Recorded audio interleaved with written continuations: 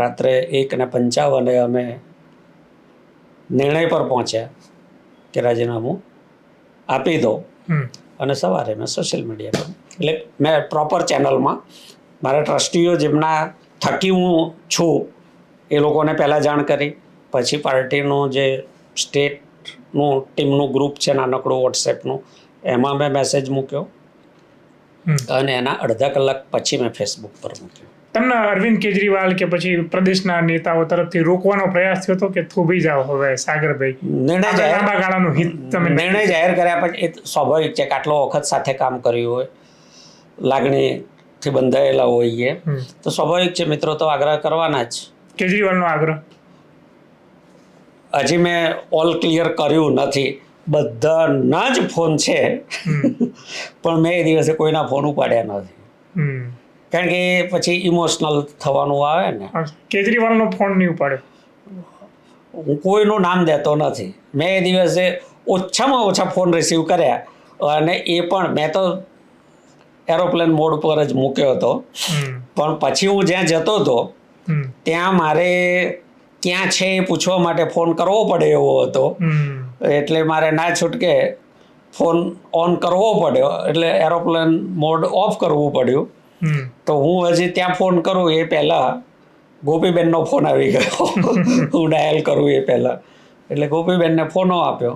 એટલે પછી તો સ્વાભાવિક છે કે એ ફોન પૂરો થાય ફોનો ત્યાં સુધીમાં એવા મીડિયાના મિત્રોના ફોન આવી ગયા હતા કે મારા જૂના દોસ્તીના, મારા બધાની સાથે દોસ્તીના સંબંધો છે, હું એમને કોલ બેક ન કરું તો પણ ખરાબ, અને ગોપીબેનનો ફોનો ઓન એર થઈ જાય અને વાત ન કરું તો એ વધારે ખરાબ. એટલે પછી હું એક્સપ્રેસ વે ઉપર જ શાંતિથી ગાડી પાર્ક કરીને બેઠો રહ્યો, સાંજ સુધી બધાને કહેતો રહ્યો. એમાં બીજા કોઈ, એટલે બીજી પાર્ટીઓના નેતાઓના ફોન આવ્યા હતા, આપના તમામ જે નેતાઓ છે એ બધાના જ ફોન આવ્યા હતા. હિડન નંબર એવું ડિસ્પ્લે પર આવે એવા પણ કેટલાક ફોન આવ્યા હતા, મેં નથી ઉપાડ્યા, એટલે વાત નથી કરી શક્યો. અને હવે ધીરે ધીરે હું બધાને ફોન કરતો જઉં છું.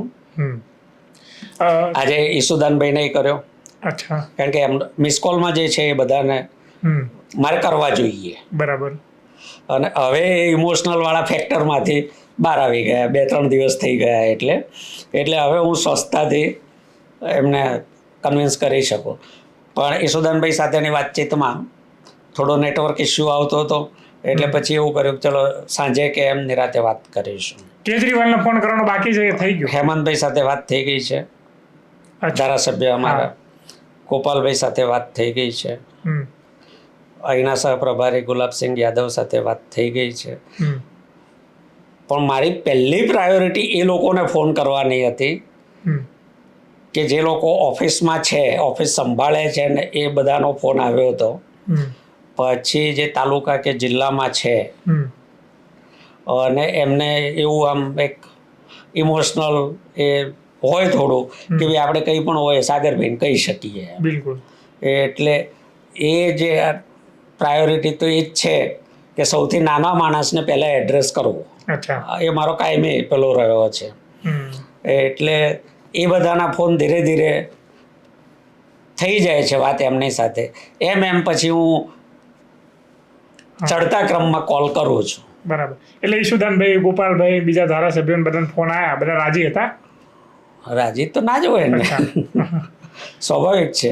એ તો કહે ને કે ભાઈ હજી પાર્ટીને જરૂર છે, આપણે સાથે મળીને સંઘર્ષ કરવાનો છે, આ તે બધું સ્વાભાવિક છે.